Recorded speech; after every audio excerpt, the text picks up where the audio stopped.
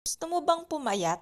Ako rin kasi bumigat na ako ng 7 kilo kaya naghanap ako ng paraan kung paano ako makakapagbawas ng timbang. Rolled oats yung nahanap ko guys dahil according sa healthline.com, studies show that oats and oatmeal have many health benefits. These include weight loss, lower blood sugar levels, and a reduced risk of heart disease. Madali lang tong i-prepare guys. So ang ginagawa ko, 6 na kutsara. For 2 to 3 servings na yon. Pero syempre, depende sa lakas ng kumain. Pero ako, 2 hanggang 3 kainan na yung pine-prepare ko. So guys, hinay-hinay lang kasi umaalsa pa yan. So dadami pa yan. So optional lang guys yung chia seeds. Tapos lagyan nyo lang ng 1 basong gatas.